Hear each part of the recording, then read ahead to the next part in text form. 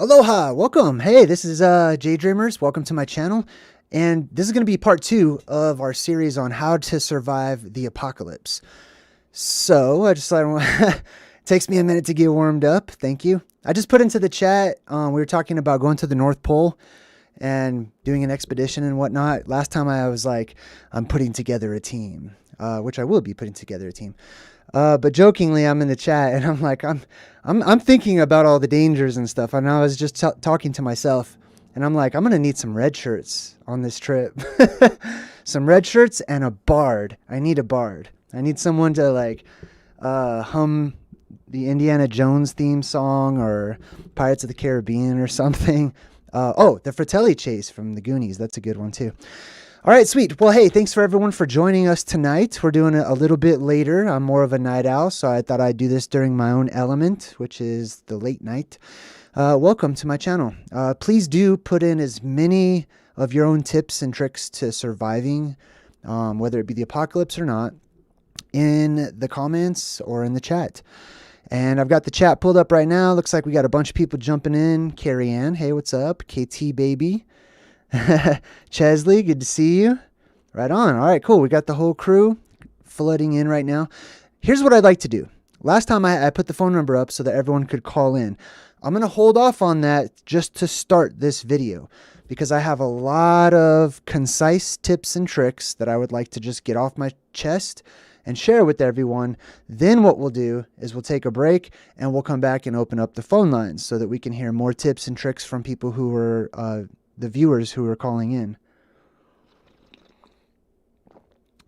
Okay, right on. Okay, cool. So let's start with a recap. A quick recap and get into some new stuff, okay? So if you're the type of person that wants to write down some notes or something or take some mental notes, this is the part where we're going to do it. I'm going to funnel all of the tips and tricks right at you. So that way you don't have to watch 2 hours to try to pick up here and there of what all of the tips are for surviving, okay? I'm not going to be looking at the chat during this next part, so I hope you guys are friendly and having fun in the meantime. Let's start with survival, okay? Well, that's what we're going to talk about is survival. Last time we talked about how to get light. There's a good chance that the light will all go out. The sun goes dark, the moon goes dark, the stars go dark. There's a worldwide EMP that's triggered, so electricity and your electronics won't work. You can't just hold up your cell phone and look around and turn on the flashlight on your cell phone. So let's talk about how to get light during the 3 days of darkness. The apocalypse itself is typically seen as a 7 to 10 day event. I lean more towards 7 myself. But how do you get light when everything's dark? You're going to need to see, right? And there's going to be natural light outside in the form of the plasma that's coming down, explosions that are being set off, and natural fires. However, that's not the best and safest option for a light source, right? So let's think of some other ones. I've got 2 alternatives for you. The first one is beeswax candles. We talked about that last time. Why? Because beeswax melts way slower than regular candles. The candles you go out and buy at the store are designed to go out quickly so that you'll go back and buy some more candles. So use beeswax candles. Catholics usually have these in store. So you can check out your local Catholic stores, I suppose.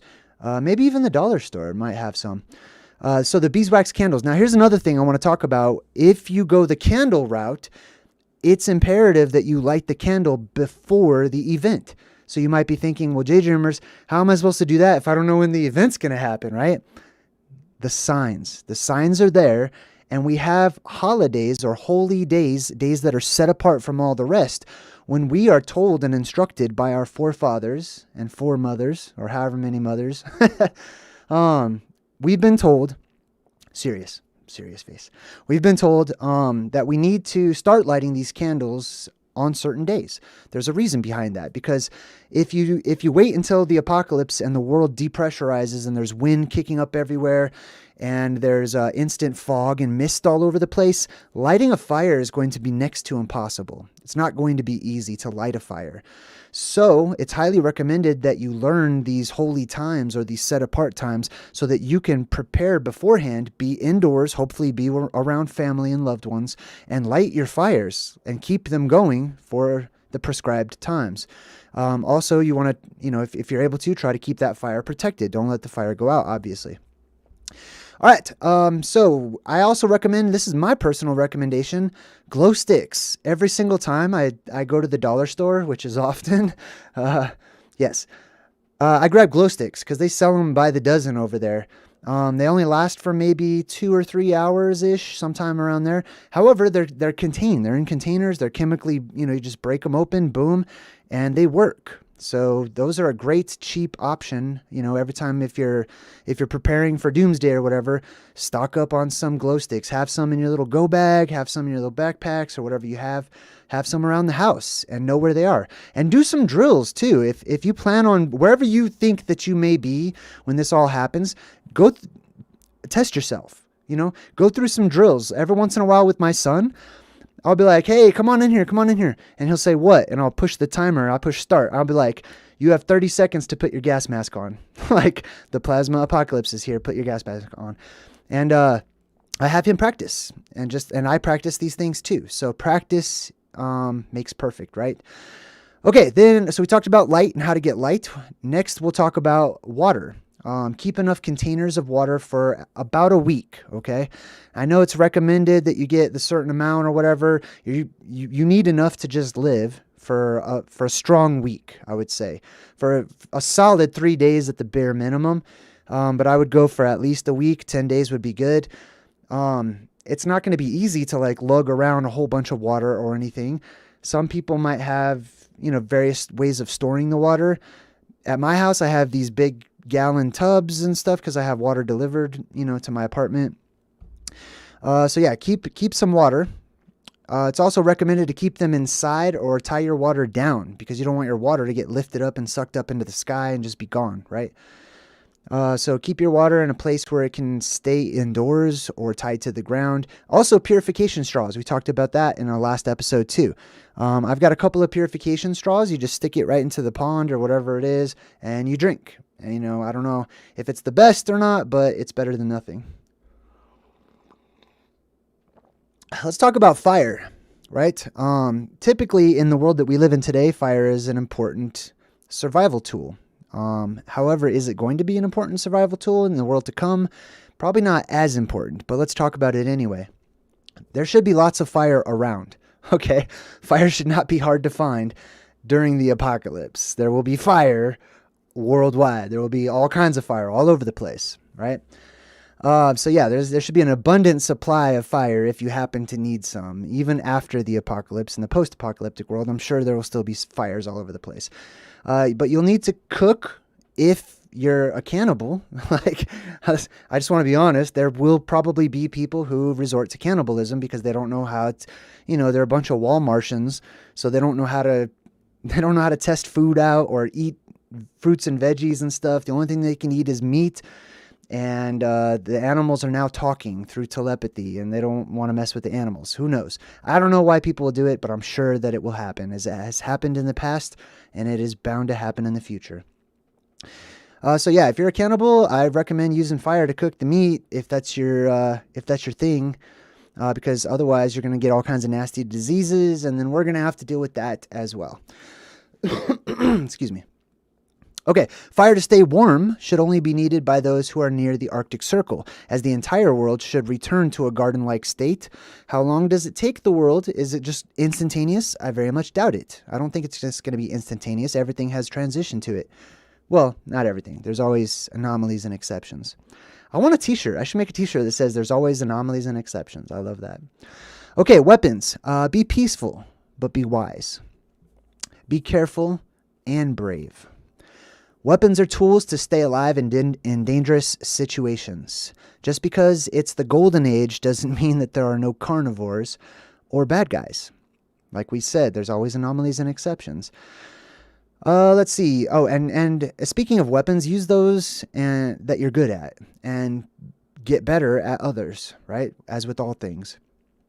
The next thing on the list is geography. This will change for many of you. Geography will change. The terrain, the land, the way everything looks. You're not going to have your local landmarks for your cities and stuff because all the cities will just be torn apart, blown away. And the land itself is destined to change in many places. So I recommend learning where your nearest bedrock is, right? That way, whenever you go through liquefaction, you're less likely to just sink into the earth or whatnot. Learn where your bedrock is, or where there is some bedrock for you to get to.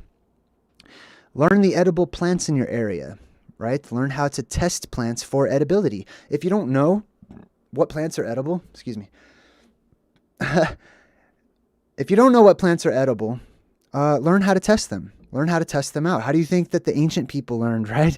They didn't have Google to Google it. They didn't have books and stuff to read it and say, oh, well, which one is it? And if you have no one, you have to test these plants out to see if they're edible. Now, I'll give you my own tips, but ultimately, I recommend you to go research it and learn the proper way to do it. But essentially, you can do things like, if you see something that looks like it might be edible, you can touch it and feel it for a second, see if you have any reaction. You wait the appropriate amount of time, which is usually about 30 minutes for something like that. See if you get a rash or something. If you don't, then go the next step. And the next step would be to rub it on your skin and stuff, and put it in, on your skin to see if you get a reaction to it. If you don't, then you go to the next step and you lick it. And you wait, the appropriate amount of time. I don't know what that time is. I would wait like a good solid 30 minutes or something. And then if that works, then you can take a little nibble and spit it out and see how that works. And then if that works, then you can go ahead and take a little nibble and swallow a little bit of it. Wait for a way longer amount of time, see if you have any reaction. It takes a while to test this stuff out, so it's way easier and better and quicker if you just learn which plants you can eat, right? Now that I'm thinking about plants, be cautious, because a lot of the plants that we have in the world as it exists today, I don't believe that they're fully matured. I think that they're like a bunch of immature plants. What I mean by that is that I think that plants will flourish and blossom and bloom to a degree that we've never seen before. So many plants that we used to be familiar with may end up looking alien or strange to us. So take note during and after the apocalypse. Learn your environment, learn the new world that you live in. Okay, let's see. Geography. We talked about, plan for earthquakes. Even if you don't ever live in an earthquake-prone area, plan to go through some earthquakes. Plan, keep in mind what's near, what could fall down, your housing structure, stuff like that. Plan for hurricane and tornado-like winds as well. So, being on the other side of a tall cliff or a mountain would be great protection against things like those winds. Plan for liquefaction. Be careful. Like I was talking about, I'm going to get some stuff that will help me to stay afloat. Basically, the land turns into quicksand. And I'm pretty sure floating things still float on quicksand. I'm not 100%, so I need to check into that. And plan for debris as well. Remember, you could be the most pious person in the world, the most righteous and kind person in the world, but if you get clocked in the head with a cement block whenever everything's being carried around in the violent winds, it's all for nothing, right? So let's be wise, be careful, be cautious, and be brave. So there's going to be a lot of debris flying around in the air. Electricity. Well, hold on. Let me just jump in the chat. I feel lonely. I want to say hi to everybody. B-Man4621 is in the chat. Everybody who's in the chat is a subscriber. I think that's cool. You have to be a subscriber to be in the chat. At least that's the way I set it up. Excuse me. Oh, let me give an update real quick too. On the last episode, I mentioned the YouTuber Ryan Zim, and I was congratulating him because he was on his way to the North Pole. Unfortunately, he has since put up some videos talking about how he had to cancel his expedition. He's just going off all by himself.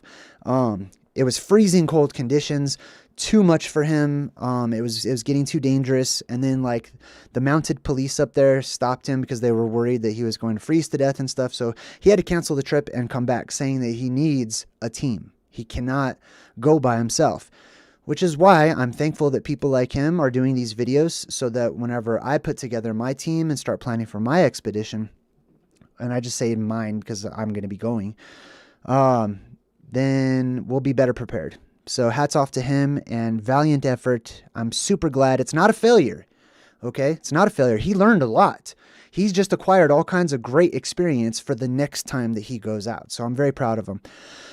All right, let's see here. Where was I? Flippity flippity flip. Oh, electricity. Oh, last time we didn't really get to talk about electricity, so let's talk about that. First and foremost, if you can, stay away from major cities.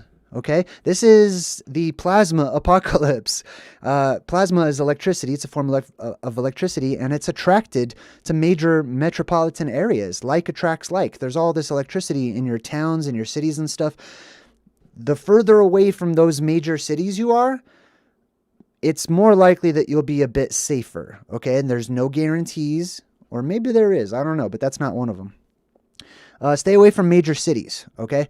Now, speaking of major cities, if you're near one, it may be possible that if the closer in proximity you are to one of your local obelisks, which many major cities have, that might help you out. An obelisk is a lightning rod, and a lightning rod is a spike that is designed, despite popular opinion, to keep lightning away, not to attract it, not to draw it in, but to keep it away. It creates it has something to do with how the ionization around the rod is, and the protons and the electrons and their flow. But basically, it deters lightning. It creates a little bubble around it. So that might be something to consider. That might save you one day or help you out. Stay away from major cities, or if you're in one, maybe an obelisk would be a safer place to go near. A Faraday cage will be very useful in this type of a situation. If you have a solid structure and you can stay inside of it, and it's all metal all the way around, and it has a way to ground to the earth, awesome, you're in a Faraday cage. And any electricity that comes your way, and I use that loosely, okay, because if you get hit, if your whole city just gets, boom, hit by a giant beam of plasma or something, a plasma conduit, and it's that gigantic and that powerful, I don't know how helpful a Faraday cage would be in that situation. I haven't studied that. But under lighter circumstances, for the more minor impacts, then you should be pretty good in a Faraday cage. It will be like stepping into a time machine. And then whenever you come out, the entire world will be different. It'll look like you've traveled back in time. All right, cool. So we talked about Faraday cages. If you're into tinfoil hats, and I'm being dead serious, make a spike at the top. Just like we were talking about with the obelisks, it helps to deter electricity instead of attract it. If you have a metallic dome, that helps to pull electricity in. Electricity is more attracted to a metallic dome than it is a metallic spike. One moment. Everything metal will have the potential to carry out a strong electric charge, so test before you touch. Okay, you're in an electrified world now. You have to learn the new rules to everything. Don't just go picking up a spear or a piece of metal or whatever. Test that out. Make sure you don't get zapped. You don't want to get zapped. That also goes for things like ball lightning, which will be plentiful, I believe, all over the place. People will refer to them in their various sizes as sprites and fairies. There will be tendrils of plasma and electricity floating about, plasma rivers, sacred bees, etc.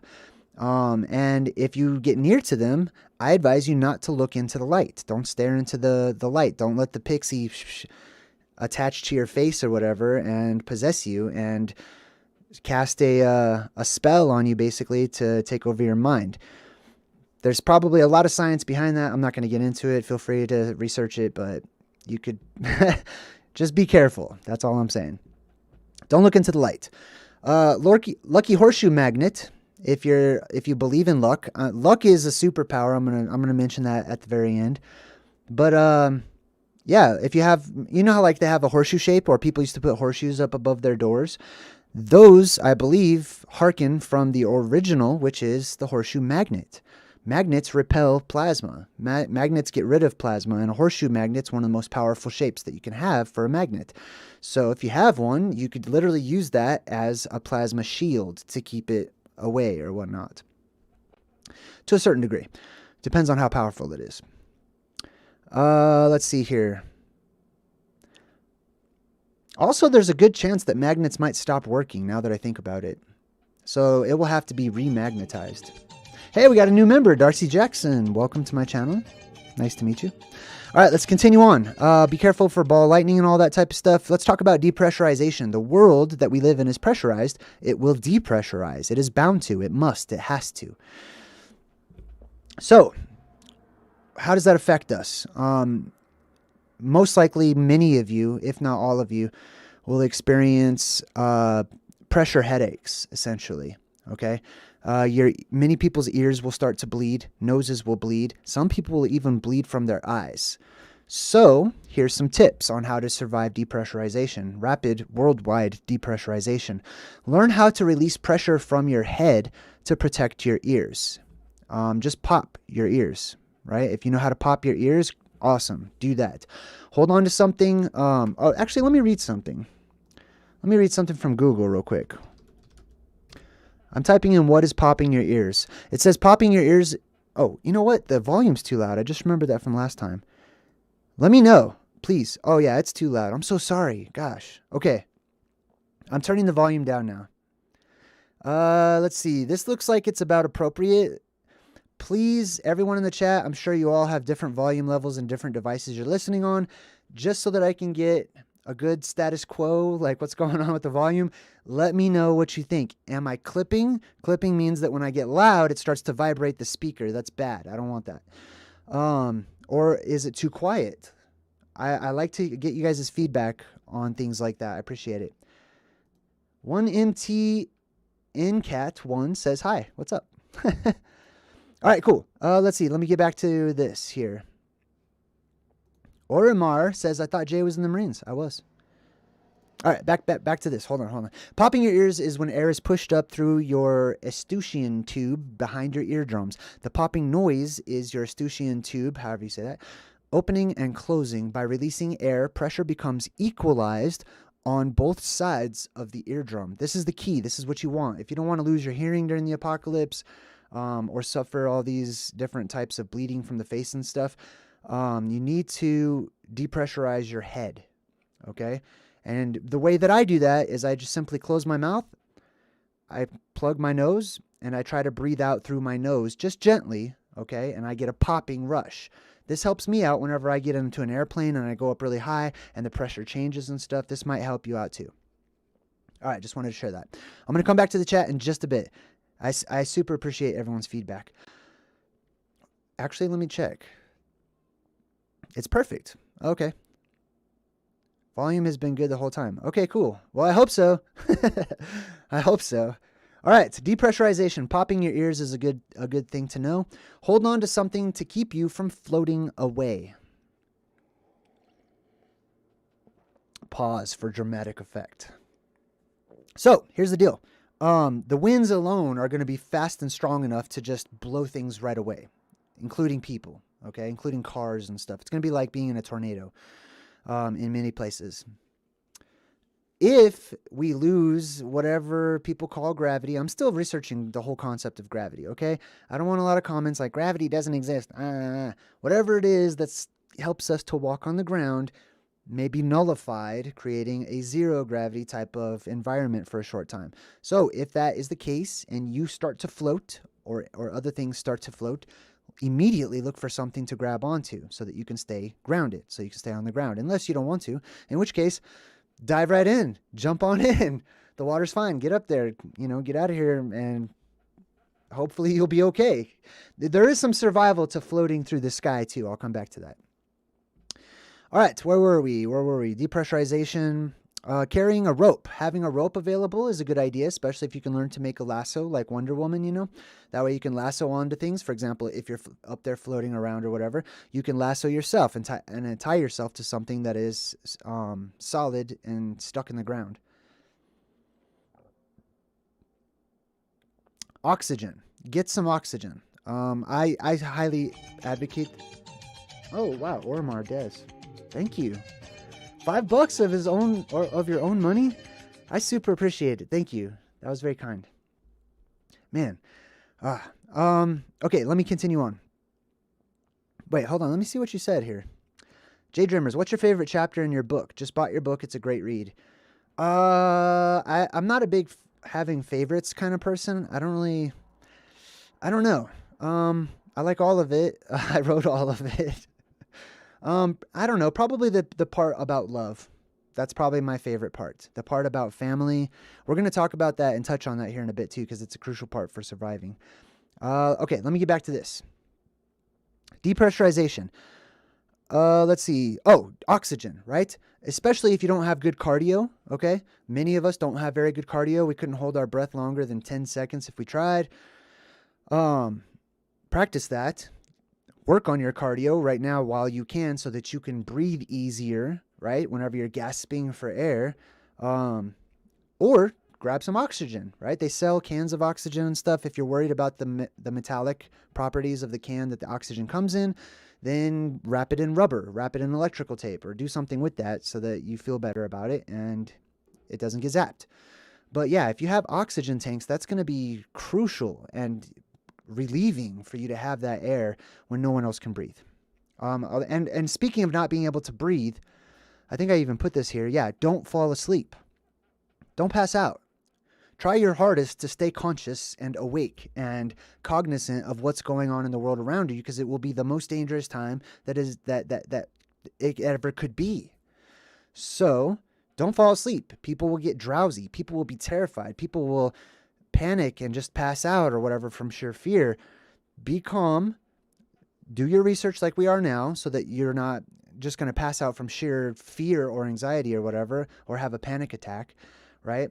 And practice breathing techniques. That's always a good thing.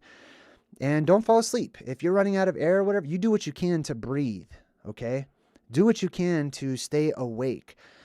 The depressurization itself, I calculate, I guess, at this point in time will last somewhere between 30 seconds to about 3 minutes-ish, like the most severe portions of it. So, I don't know. I'm still researching that. Don't fall asleep. Beware of nitrous oxide clouds, also during and after the depressurization. This event, this reset that we go through, the apocalypse, creates new chemicals, clouds, and pockets of gases that are brand new that will float about. If your city or your area gets hit with a nitrous oxide cloud, Kay's commentary. Hey, thank you. I super appreciate you. That was very kind. I like the little sticker in the chat too. So let's talk about nitrous oxide. And if you get hit with the nitrous oxide cloud, you need to know that it's happening, because many people won't realize it because they'll basically be high and laughing and stuff. So let's talk about that. Symptoms include uncontrollable laughing, like we've talked about. So if everyone around you all of a sudden is just laughing their butts off and can't seem to stop laughing, and maybe you are too, you could be in a nitrous oxide cloud. So be careful. I don't know if it's like something that would kill you or not. Possibly if you have a whole bunch. Lene LaCroix, holy cow, thank you. You guys are very kind. I appreciate it. Okay, another thing, nitrous oxide symptoms. We got uncontrollable laughing or laughing fits and spells. Loss of sensation of pain. Okay, if all of a sudden you realize that you can't feel any pain, that's not like a superpower that you've just inherited or anything. That is a symptom that you're breathing in toxic chemicals, which are inhibiting your pain sensors. Okay,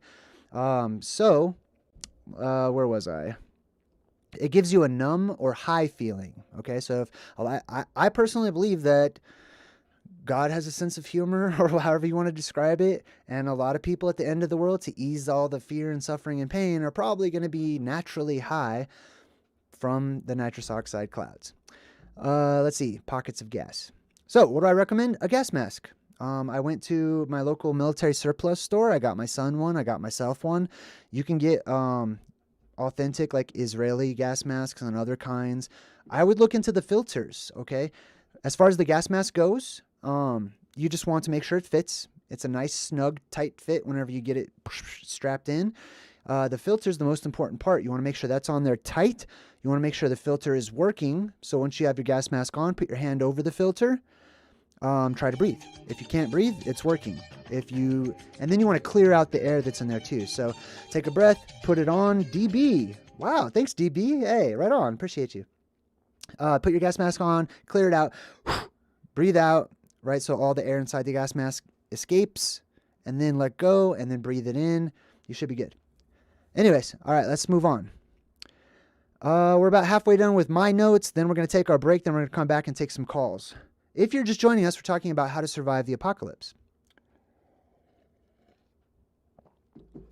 All right, where were we? Prep for 3 days of cold, okay? I don't like the cold. I'm not a cold kind of person. I feel way better in tropical environments. I like the warmth. I like stuff like that. I'm not a fan of the cold. For 3 days at least, immediately after the depressurization, while the tempest is rising and swirling about, our world will become way colder than what you're used to wherever you are. Okay, there's going to have winds kicking around, and you're going to have the humidity in the air because the air has expanded from the depressurization, and it will be mist. So you're going to have all this mist or possibly snow if it's cold enough, and stuff floating about, and it's going to be colder. So I recommend having some good warm weather gear just so you're not sitting there freezing to death. Let's see. Stay quiet. So mist, wind, and rain. Stay quiet. So during the apocalypse and afterwards, I believe Fantazoids will be roaming about. Not only that, but like we said, just because you're in the golden age doesn't mean that there's no such thing as evil anymore. There will still be pockets and a remnant of evil going into the golden and beautiful age that we're in, just as we are the remnant of good in the evil world that we live in today. So stay quiet. Now it's going to be, I'm going to warn you ahead of time, it's going to be extremely quiet. I mean, some people will lose their hearing, so they won't be able to hear. But for those of you who don't, you will experience silence like you've never heard before in your entire life. The world will be a super quiet place, so your hearing will probably start improving over time as you fine-tune it. And also, there's the Fantazoids and animals and stuff like that. So learn to be a bit more quieter than we are in our loud world that we live in today. Learn about Fantazoids too. Study them, okay? When they fall down into this world, be cautious, observe them, check them out while you can, whenever you have the opportunities. You know, try to stay away and keep your distance and stuff. But as we learn about these alien creatures that enter into our world, we'll have less fear of them. And we will learn how to deal with them, whether that means befriending them, and maybe they can help us to, you know, agriculturally the way we do today, and we can make friends with them. I don't know. I'd love to make friends with a bunch of different benevolent Fantazoids. Who knows? Maybe they'll let you ride them around. I don't know. But take your time. Learn about them. Are they carnivorous? Are they omnivorous? Are they friendly or not, right? All right, cool. Approach with caution. Don't pet the Fantazoids. At least not right away. Stay away from zombies. That's another good one. We talked about that and touched on that yesterday. The main reason is because, one, many of them are probably going to have murderous intentions and not be the kindest of creatures. The second thing is they may be infected from those Fantazoids, from those otherworldly creatures that come down in with their own viruses, or they may be used as an incubator for their young. That's the last thing I would want, is a zombie to spit on me and it gets in my mouth and some creature starts growing inside of my neck or something, like on The Thing, right? Stay away from zombies, okay? They could be infected with the T-virus, space disease, or incubation, whatever it may be. Set traps. Learn how to set traps. I think setting traps is a really good idea instead of trying to just kill something, especially since we may go through a period of what I call the time of no death, where things cannot die, even if they try to. You could sever somebody's hand off and it would just crawl all by itself, just like a chicken with its head cut off. So learn how to set traps. So that way you can immobilize the zombies or Fantazoids or whatever they are. Keep them in one area. Darcy Jackson, hey, look at you. Thank you. Wow, $20. I super appreciate it. Let me see what you said. Darcy Jackson says, I found you 2 days ago and hooked. I've been on a spiritual journey for a while, and you are my next level on this journey. Thank you for your open mind and open heart. That's very kind, and you're super welcome. I'm honored. I like to look at all of us as I walk my path. I like to imagine seeing all of you out there wandering about. And I'm so honored because it's so lonely for me often that it's nice when we share the walk together for a time. So it's the honor is mine. Thank you. I'm going to jump in the chat. I promise let's do this. This is going to be a longer video. Let's take a quick break. we're going to take 2 breaks. So I'm going to take a quick break right now. That way you guys can grab some drinks, go to the bathroom and stuff. And we'll return. I'd like to get more involved in what's going on in the chat because I don't want to ignore everyone. For example, we got Dan Wen in the chat who says, do you honestly think this apocalypse is going to happen? Well, yeah. I mean, even if I didn't, it's great entertainment at the very least. I mean, it's literally all of our entertainment. The Ukraine war. Oh, yeah. I got you. I'm not a political person. If you're new to my channel, I know that politics and what's going on and all of the gossip and rumors and stuff out there about all of the current events are very popular for the mainstream people. And the more popular the topic is, the less I'm inclined to put my energy into it. So anyways, thank you. I appreciate it, though. Let's do this. Let's take a break real quick. We'll come back in a couple of minutes, and I'm going to jump into the chat. If you have questions or comments, type in @JayDreamerZ, okay? Or just type in JAY. It will also highlight it here on my side where the chat that I'm looking at. And then we'll finish up my little notes and tips and tricks on surviving. Then we'll take another break, and then when we come back from that one, we'll take some calls. All right. I'll be right back in a couple of minutes. Where is it? Oh, there it is.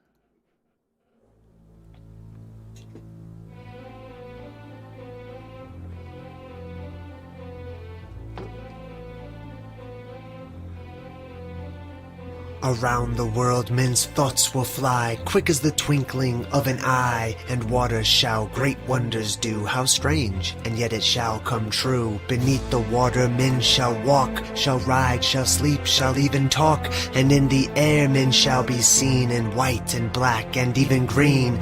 For in those wondrous far-off days the women shall adopt a craze to dress like men in trousers wear, and to cut off their locks of hair. They'll ride astride with brazen brow as witches do. On broomsticks now there'll be a sign for all to see. Be sure that it will certain be. Then love shall die and marriage cease, and nations wane and babes decrease, as wives shall fondle cats and dogs, and men live much the same as hogs. Pictures alive with movements free, boats like fishes beneath the sea. When men like birds shall scour the sky, then half the world deep drenched in blood shall die. Then half the world deep drenched in blood shall die.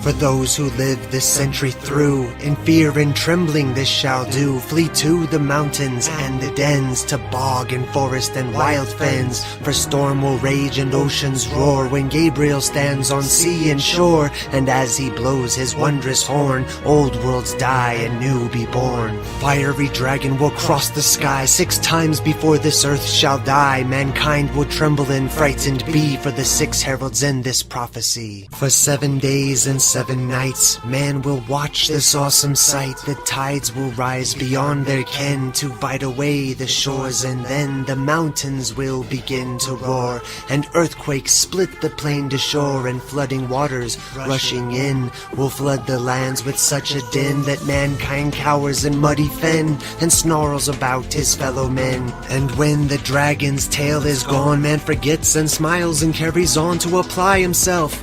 Too late, for mankind has earned deserved fate. His masked smile, his false grandeur will serve the gods their anger stir, and they will send the dragon back to light the sky. His tail will crack upon the earth and rend the earth, and man shall flee king, lord, and serf. And men will die of thirst before the oceans rise to mount the shore, and lands will crack and rend anew. You think it's strange, it will come true. And in some far-off distant land, some men, oh such a tiny band, will have to leave their solid mount and span the earth, those few to count. And those surviving this will then begin the human race again. But not on land already there, but on ocean beds stark, dry, and bare. Not every soul on earth will die as the dragon's tail goes sweeping by. Not every land on earth will sink, but these will wallow in stench and stink of rotting bodies of beast and man, of vegetation vegetation crisped on land, and those that live will ever fear the dragon's tail for many years. But time erases memory. You think it's strange, but it will be. And before the race is built anew, a silver serpent comes to view and spew out men of like unknown to mingle with the earth now grown cold from its heat. And these men can enlighten the minds of future man to intermingle and show them how to live and love, and thus endow the children with the second sight, a natural thing, so that they might grow graceful, humble, and when they do, the golden age will start anew. All right. Isn't that beautiful? I love that prophecy. All right, cool. Hey, let's start things off with the joke. All right, I told this one before, but I want to tell it again. What's Matthew McConaughey's 3 favorite constellations? Give up? All right. All right, anyways, that's fun. All right, let's see. I'm back in the chat. If you want to get my attention, just type in Jay or JayDreamerZ at JayDreamerZ. You have to spell it the right way or it won't highlight. Michael Marcello says, JayDreamerZ, how did this all come upon you? The knowledge and awakening and the decoding. This came upon me when I was born. This is the way I've always been. So, simple answer for that. Do I honestly think the apocalypse is going to happen? Yes, I totally do. I feel it in my bones. Like I know. I know. I can't know for all of you, but I can know for myself. I feel it. Let me get a link to the rap. That's not really a rap, actually. It's just a prophecy that I made sound awesome. By Mother Shipton. And that's actually a video that's on my Plasma Apocalypse playlist as well. We got Carrie Ann in the chat who says, JayDreamerZ, I wonder, does it sound okay? Everything's good, hopefully. I wonder if an out-of-body experience has to do with plasma somehow. I did this multiple times about 10 years ago until I could make myself come out of my body and float out of my body. I don't know. But let me tell you a story about that. That happened to me one time and it freaked me out. I don't know if I was dreaming or what happened, but I was definitely floating away from my body. I saw myself laying on my rack, sleeping in the barracks one day. And I started floating towards like the door or the window or something. And I'm like, oh no, I don't want to get sucked up. I've also had many dreams where I can fly. And I think that harkens symbolically for us to floating about in the sky, also having superpowers, being able to jump super high, stuff like that. All right, let's see here. We got Candy Jones who says, Jay, someone said you missed a super chat. Not sure which one. Let's see. We got Darcy. I did that one. That one's still up. I'm not sure. If we were on a break, I may have missed something. You know what? I could check it. Let me see if I could check it. Boom. I do want to check real quick.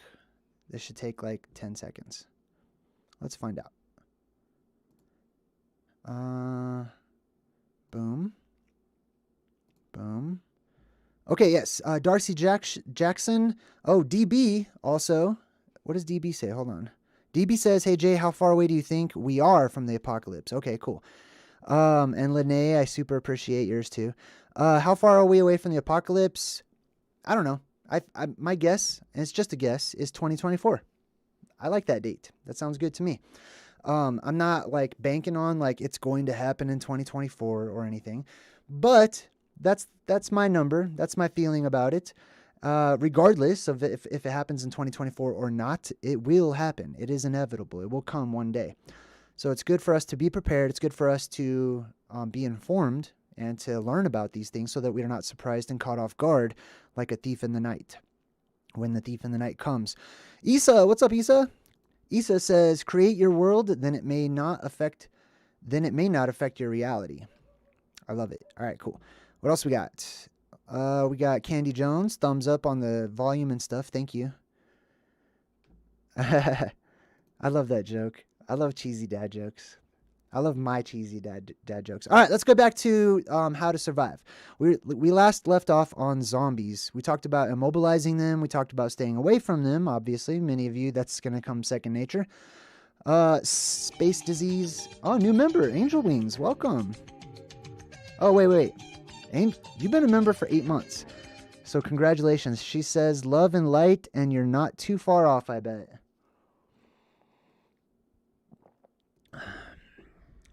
Welcome, and thank you for your support. I super appreciate you. Let's see. Remember, if you have a question or you want to get my attention, please do type in @JayDreamer so that it will highlight here on my side. Or you could just type in JAY somewhere in your sentence and it will also highlight, I believe. It should.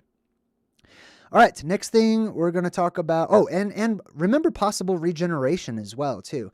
So regeneration is a positive attribute of the apocalypse and a negative one, right? For example, if you have a bunch of zombies coming at you, you don't want them to be regenerating. You want them to die with a headshot or something to the brain and cease the robot. But for many of you, regeneration is going to beautify you. It's going to restore your youth to you. It's going to be a great thing for you. You'll be able to regenerate like a lizard does, basically. All right. Let's see. Where were we? Stick with people that you trust. That's a huge tip from me to you. Stay with people that you trust. Too often, you can learn a lot from the movies, just like I have a series called Truth in Movies, where I glean a lot of truth and insight and breadcrumbs from the movies themselves. Too many times in the movies, people stray away from the group and they separate, or they have such a big heart that they just, somebody's like, hey, I need some help. Can you help me? And they're like, oh yeah, no problem. And then they get killed or kidnapped or something bad like that. So stay with people that you trust and make sure that others earn your trust. Learn how to harness and create electricity in its various forms. I feel like that will be helpful for you in the world to come. If you do get sucked up into the sky, so this is good to keep in mind just in case, try to get to a floating vehicle like a car or a bus. Get inside. Roll up the windows if you can, because you're inside of a giant Faraday cage. So at the very least, you'll be safer from all of the electrical storm that is swirling about, right? You'll be safer from Fantazoid creatures that may land on the wing of your airplane, or you know what I mean? Or whatever. If you are in an airplane, kick back and relax and enjoy the show, because there's not much you can do. So yeah, if you're planning on flying anytime around the solstices and you happen to not land, yeah, open up the windows, check out the view, and enjoy the ride. I don't have much to offer on that front. Stay out of the rain also. You have to remember everything's getting kicked up into the atmosphere. Brand new gases and chemicals are being created. There's a lot of debris up there from our world and from the surface. Stay out of the rain for a while. I believe that the rain will be bitter. It will be probably acidic, poisonous, not good rain. Not like how we have today. Let's see. Oh, as will much of the leftover water will be bitter as well. And by bitter, I mean basically poisonous and acidic. Fresh water can be found, or should be able to be found, closer to the North Pole. The rumors have it, according to ancient legends and stories, that the ocean itself turns into fresh water once you get to true north. Once you get past a certain point beyond the Arctic Circle, there are many stories of people who have said that the water became fresh. Also, ice would be a good source of water too. Around the Arctic Circle, you have to remember when the world's being depressurized, everything gets sucked up, but there's also a downdraft which pushes that super cold air, just like in the day after tomorrow, down at the ground and instantly freezes many things. So there will be a lot of plentiful ice in that particular area for water as well. All right. Learn how to purify water. That's a huge one. So if you can purify water, that'll be a lot better for you. And speaking of water, be careful, be cautious and watch out, because what you think might be water could be acid.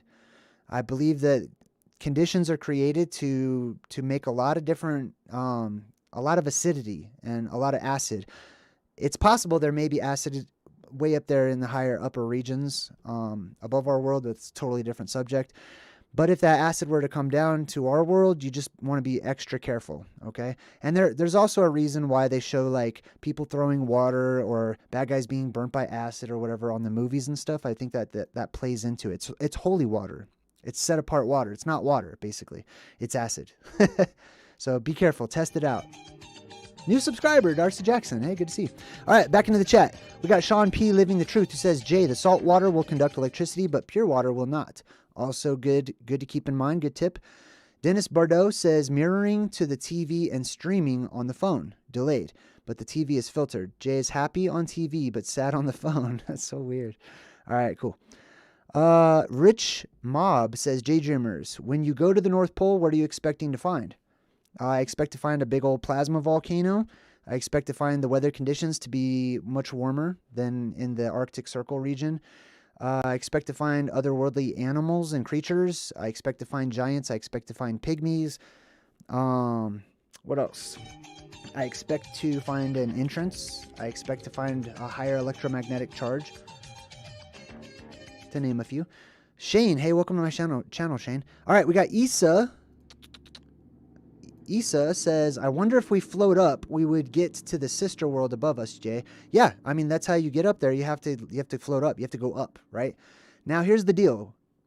It's dangerous, right? You need to be protected. That's why NASA and all those space agencies and stuff, that's why they spend all that money to get gold and stuff, and they're working with electricity, and they're figuring out how to get past the Van Allen belts and things like that. So you have to be prepared for extremely cold temperatures, electrical charges. You know, you have to be able to navigate and stuff. You don't want to smash into stuff up there. All right, let's see. Back to our tips and tricks on surviving the apocalypse. We last left off on staying out of the rain. That's the last tip. The next one, practice your new abilities. Many of you, I believe, are going to inherit many new abilities, superpowers. I mean, simply put, that's what they are. Telepathy, I don't know. A lot of words that start with tele, basically. But when you gain these newfound abilities, practice them. Become good at them. We learn this in the movies too. Like whenever young superheroes get their new abilities or whatever, you don't want to hurt somebody or yourself or whatever. Like practice these things so that you become good at them, so that you can use them, hopefully, for good purposes. Be cautious, be wise and kind to any fractal alien visitors. We have been trained in the world that we live in today to shoot the aliens and to kill them. That they're here to invade, that they're here to kill and this and that. I don't know. We kind of live in an upside down world, so I tend to believe the opposite of that. I'm sure there's good, bad, and ugly of all kinds of life. So it would be wise to be wise. It would be safe to be cautious. And it's always a good idea to be kind, especially to those who are visiting. Excuse me. Beware of plasma-possessed animals. Beware of giant plants. I'll come right back to that. I want to jump in the chat before I miss these comments. The Self-Unemployed says, JayDreamerZ, look into building a giant, a gasifier, which uses biomass to make fuel. Okay. That went right over my head, but I'm glad that you recommended that. I'm going to have to check that out. Because I'm not sure what any of that means. But it sounds useful. All right. Thank you. Let's see. We also got Jonathan Anthony Humphreys, who says, Jay, I heard nasal started and in deep Sean and then said what? Let's do up now. Dude, what? I don't even know what you just said. I'm sorry. Judy Volves says, JayDreamerZ, how can out pets survive? Any chance? How can our pets survive? Put your pet in a Faraday cage. So, I mean, that's a good, strong way to help them to survive. That's the only thing I can think of off the top of my head. I'm not sure. Let's see. Sylvia Mendoza's expecting heaven. I'm sure heaven will arrive. Issa says, I'd want to go see if my DNA changes. Oh, I'd want to go just to see if my DNA changes. I believe that many people's DNA will change right here on the surface as well. And I'm sure if you leave this world, your DNA will also change. Sean P. says, don't eat yellow snow. Good tip.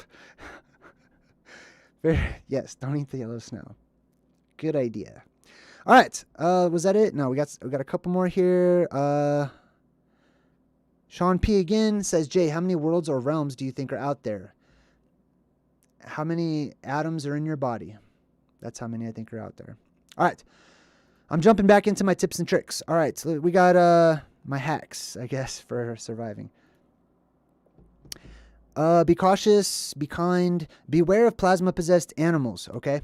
So the earth is going to be charged, and many creatures will become plasma-possessed. and that includes animals. So be careful of the animals. That gets into, making sure you have weapons and stuff and you're being safe. Beware of giant plants as well, okay? These plants will grow to enormous sizes, and I believe that they will grow rather quickly. So, for example, a plant in this world, like a vine, like a grapevine or something, might not pose any danger to you, but whenever it grows to 1,000 times its size and it wants to wrap around the nearest object and you happen to be the nearest object and it can go quickly, be careful, be cautious, beware, be wary, and study, gain knowledge, learn about the new world that you live in. Be careful for the new animals and the new plants. Where else were we? Oh, yeah. Be cautious about all plants, really, and make sure you learn about them. Visit the Blue Beam and grab some mana. Have some mana on the way. Go check out the Blue Beam, have some mana, kick back, have a good time. Hopefully that's where I'll be. I don't know. But I say that in jest, but I'm also being very earnest about it. The wise of the world make a trip. They make a journey. They take an exodus. They take a sabbatical, whatever you'd like to call it, and they go visit the light that everyone can see. They go closer to the North Pole. The North Pole, if the world is a windstorm, then the North Pole would naturally be the neutral point. It would be the eye of the storm. So it's a lot safer. Not only that, but the closer to the Blue Beam you are, the closer to the life-giving properties of the Blue Beam you inherit. All right. What was the next thing? Oh, I'm in the chat. We got KT Baby. Oh, she's talking to Aaliyah. That was it. All right, let me jump back in my notes.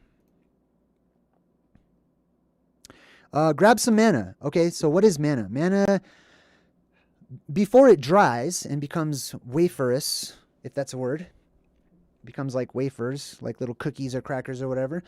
Before it dries, I believe it tends to be gooey and look like slime, and that it's depicted as such in many of our movies. It's a byproduct, a viscous byproduct of high electrical discharge from plasma. And I believe that that's what that is. All right, where were we? Visit the Blue Beam. Remember, compasses will be inverted. So south on the compass will become the new north, and north will become the new south. Everything will be inverted, or go back to the way it probably, I feel it should be. Remember that the colors will change under a reddish sky and nearer to the bluish beam. The colors that we live in, all these wonderful, brilliant array of different colors that we have in this world will change. You won't have all of the same colors. So you'll have to become accustomed to the new colors that come about in the world that we will live in. For example, one of the popular subjects is how the color blue didn't exist in ancient writings or whatever. And that's attributed to a few different sources. One of those sources is an ancient Greek writing from, I believe, Homer, when he talks about the sea, the ocean, being wine dark. They never mention the sky being blue. He says that the ocean is wine dark. Well, the ocean, if we study the property of colors, I don't want to get to it too much. I'll probably do a whole video on it sometime soon. But basically, that's what the ocean would look like under the reddish sky. It would look wine dark. It would reflect the color of the sky itself, which would be reddish, and then the rest of the ocean would be black, essentially. So it would be wine dark under a red sky. And blue will no longer exist, except for the Blue Beam, right? All right, anyways, let's see, where was I? We're almost done with the notes here. Compasses, we talked about that. Being lucky. I want to talk about being lucky as a superpower. Okay, I totally am fully on board with that. I am lucky, and I bask in being lucky. I love being lucky. Sometimes I don't listen to my luck. Sometimes I don't listen to the world or to Mother Earth or to the signs and the omens that life hands to me, and sometimes slams right into my face. And when I don't listen to those, I tend to have bad luck. And that's how that works. So my advice to you lucky people out there is to listen to your intuition. Trust that feeling in your gut and go with it, because it's never steered you wrong. Improve your aura. This is something you can do beforehand. Practice kindness. Be good. Be a good person. Improve your energy. if like attracts like, and all that evil, bad red plasma is coming down and wants to zap you and suck up your memories and take your knowledge and make you forget who you are and turn you into a psycho killer or something, then energize yourself, strengthen your soul, be good. It's the root of every religion on the planet. I mean, at least it should be. Religions have strayed a bit, but you know what I mean. All right. Let's see. Improve your aura, be a good person, practice kindness. If you cannot sleep, it's likely because you don't need to. So don't stress. Don't worry, okay? If after the apocalypse comes, you're like, oh man, I haven't slept for like days, it's probably because I'm so panicking or freaking out or whatever. Maybe it also could be because you're full of energy and your body doesn't need to sleep. What else? Prepare for extended lifespans and added youth. So some older people have left some comments saying like, well, I'm 90 or I'm 80 or whatever, and I'm super old. I don't want to live through all this, blah, blah, blah. If you do, you may miss out. There could be a chance that this could actually reverse engineer the aging process. So that's a little bit of hope your way. All right, let me jump back into the chat. I'm missing some comments here. We got the self-unemployed who says, JayDreamerZ, gasification is burning wood or any biomass, capturing the smoke from the from condensing it into fuel. Okay, right on. I'm not a super mechanical person, so I do appreciate it, and I'm glad we could put that out there for others who understand that to share. Yeah, I'm not a mechanical person. Not at all. Yes, but I need to be. I need to be a jack of all trades. I'd like to be. Logan Boyd says, JayDreamerZ, the storm is coming. Oh, okay. Be prepared. All right, well, those are your dates. Boom. According to Logan, that's when stuff's going on. The self-unemployed again says, JayDreamerZ, people are running vehicles and generators on YouTube using homemade gasifiers. Awesome. Right on. I'm not trying to dismiss the comment. It's just that it's hard for me to discuss it when I know zero about it, and I'm not a really big mechanical person. So thank you for sharing. I'm super glad you are. Some people will find that of high value. JayDreamerZ, yes, being lucky. Yes, definitely be lucky. All right, let me move on. Supertramp took the comment back. Donna J says, hi, Jay. I'm lucky too, bro. Good to see you doing well. Thank you. Hello, hey. Lene Lacroix says, oh, she's talking about someone else. Is that it? Suso. JayDreamerZ, is the possible future why you wear the red sunglasses? No, it's not. Not at all. I mean, it will help me to become more accustomed to the red light, but I wear the red glasses. These ones aren't even red. These are purple. But I wear the red ones because when I do YouTube, there's all this light, and a lot of it from the monitor has like a blue light to it, intense, and there's a lot of light. There's a lot of vibration in my room where I do this, and so I don't want it to bother me. So sometimes I'll throw on some sunglasses. Let's see. CR user says, question for Jay. What if we unified? What if we questioned what we are being told? Isn't that the role of a U.S. citizen? Hell no, that's not a role of a U.S. citizen. I'm just going to throw that out there right away. A citizen is a slave.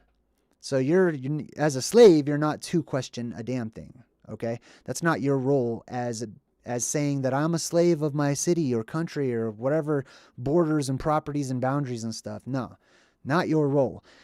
It is a natural right that you have as a living being in this realm to question things, if you should like to, right?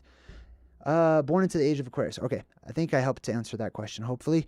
Angel Wing says, JayDreamerZ, frequencies keep increasing too. I can see rays of light now, and everything is 10 times brighter. I totally agree. My hearing insanely is way more sharp. Senses will increase with everyone more and more. I tend to agree with that. Suso says, any word on those other sunglasses? They ones that let you see things. Like on They Live, right? No, I don't really have anything on that right now. But I did. If you check out the video on They Live, then I give a lot of information on it. Okay, let me finish up this list here. That way we can take some calls. Let's see. Where were we? If you can't sleep, don't worry. Don't fall asleep. Make sure you don't fall asleep or pass out during the apocalypse. Not a good idea. Prepare for expanded lifespans and added youth and the North Pole. Last on the list is the North Pole. Taking a trip, going on an exodus, going on a sabbatical, traveling beyond the Arctic Circle. The eye of the storm. Getting to the eye of the storm will be crucial for some. So, with that being said, who has tips on surviving the Arctic cold? In order to get to the land beyond the cold, you have to get through the cold. So I need some tips. I know that. Whatever Tube just donated $20. Thank you. And says something practical and cheap everybody can do. Buy a 64-ounce can of juice from the dollar store. Pour out 2 cups. Put in 1.5 cups of sugar and 2.5 tablespoons of yeast. Boom. Homemade wine within 3 to 4 weeks. I love the show. Oh, right on. Well, thank you. That's what Noah did after the apocalypse. He had some wine and kicked back for a bit, if I recall. All right.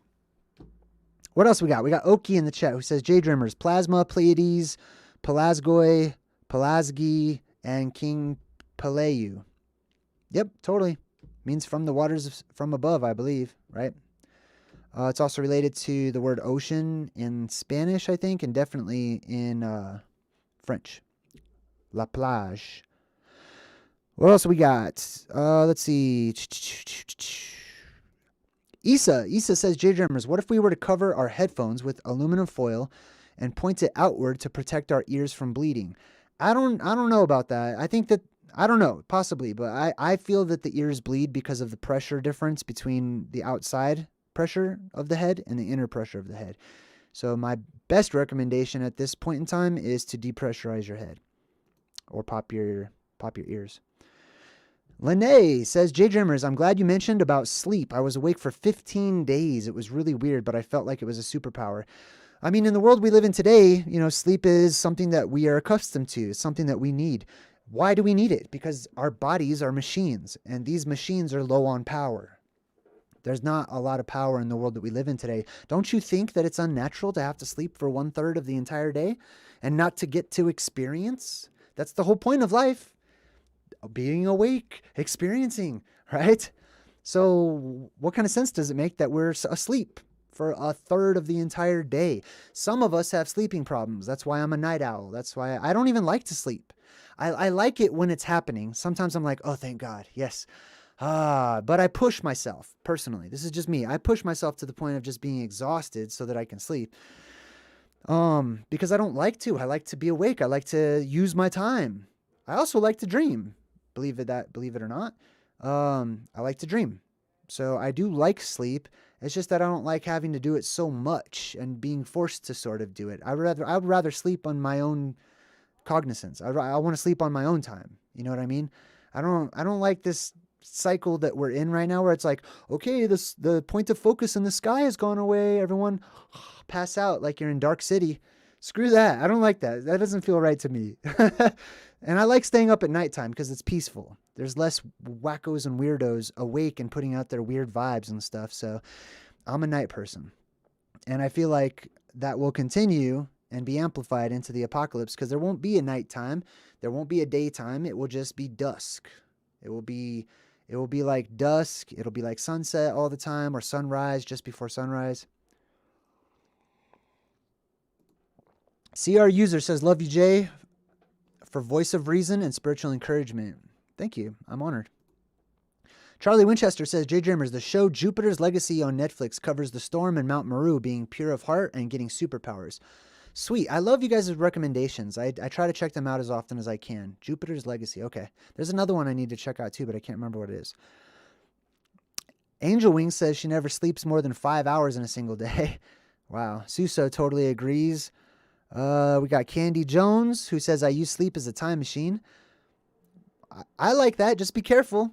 You ever see that movie with Adam Sandler where he has that magic remote control and then he travels in time a bit too much? He fast forwards a bit too much and then he misses out on a lot of potentially awesome memories. So I just want to throw that caution out there. Okay, so that was all that I had. Hopefully you guys felt like you gained some kind of value from my list of how to prepare for the plasma apocalypse. It's not comprehensive or anything. I will end up making a page on it on my webpage, JayDreamerZ.com. Right now, tonight, I'm working on my North Pole page. I'm going to do the North Pole, then I'm going to do the plasma volcano, which I actually want to do the plasma volcano one more, but I have to start somewhere. So I have to start at the North Pole, make the whole North Pole page because there's a lot of information about the land at the North Pole and stuff, the inner Earth entrance, etc. Then I'm going to have a completely different page dedicated to the plasma volcano. Let's do this because I have to use the bathroom because I'm drinking a lot of coffee right now. Let's take another break, a quick one, and we'll come back. I'm going to put the phone number up there. We'll take some calls and then we'll wrap things up. I'll see you guys in just a bit.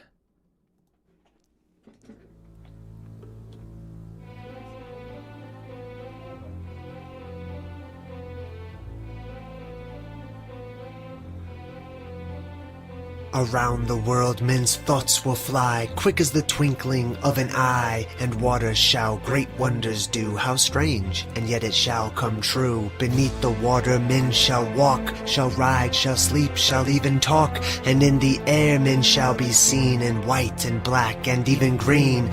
For in those wondrous far-off days the women shall adopt a craze to dress like men in trousers wear, and to cut off their locks of hair. They'll ride astride with brazen brow as witches do. On broomsticks now there'll be a sign for all to see. Be sure that it will certain be. Then love shall die and marriage cease, and nations wane and babes decrease, as wives shall fondle cats and dogs, and men live much the same as hogs. Pictures alive with movements free, boats like fishes beneath the sea. When men like birds shall scour the sky, then half the world deep drenched in blood shall die. Then half the world deep drenched in blood shall die.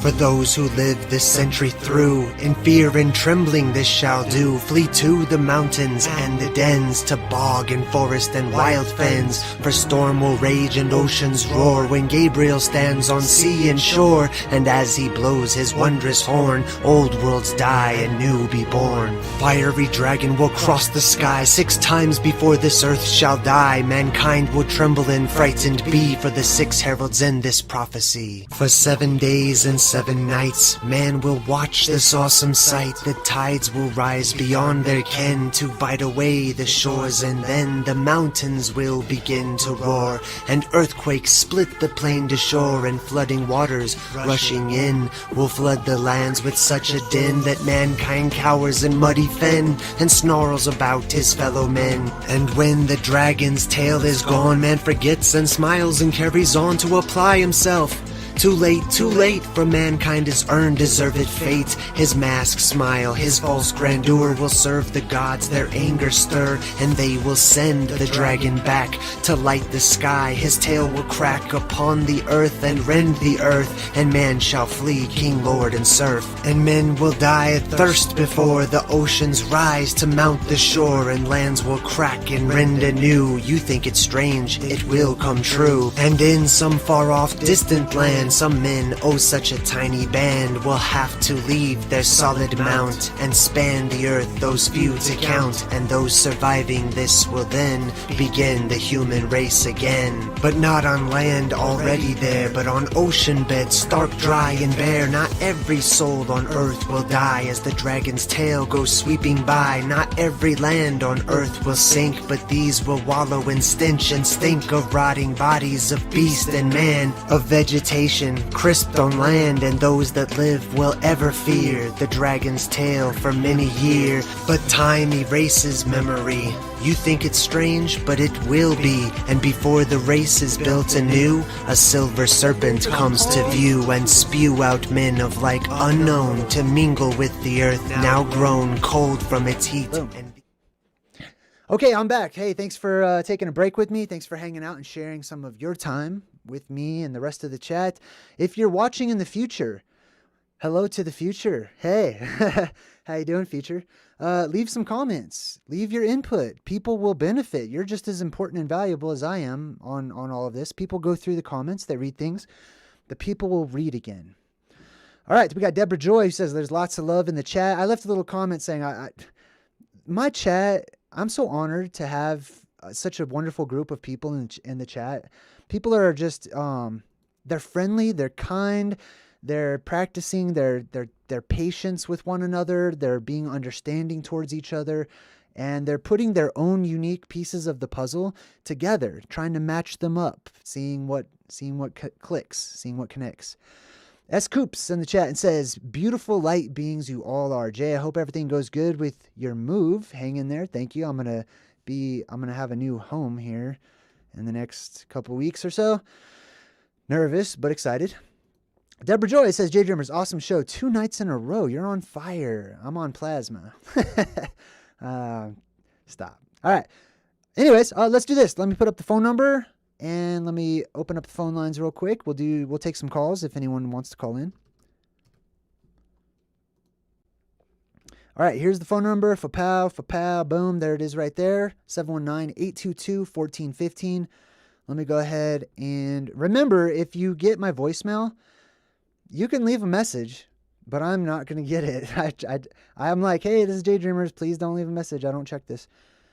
However, you can reach me through my website. There's a chat. You can chat directly with me. I'm chatting with a few people right now on my website. I mean, not right at this moment. All right, let's see. Let me turn on the phone lines. How do I turn on the phone lines? I forgot how to do this. One moment. Oh, there we go. There it is. Okay, sweet. All right, cool. So phone lines are on. Hopefully it works. Cross your fingers. Hopefully we don't have any issues if anyone calls in. But everything is opening. Everything is open right now. So the circuits of time, as I once called them, are open. Let's jump back into the chat. We got Mountain Beard who says, JayDreamerZ, would you want to be at the actual North Pole, or would this be happening at the new magnetic North Pole? I'm talking about the physical geographic North Pole. The actual North Pole. I don't like that the chat is over my face right now. Let me fix that. Oh, we got a call. All right, cool. Let's take that call.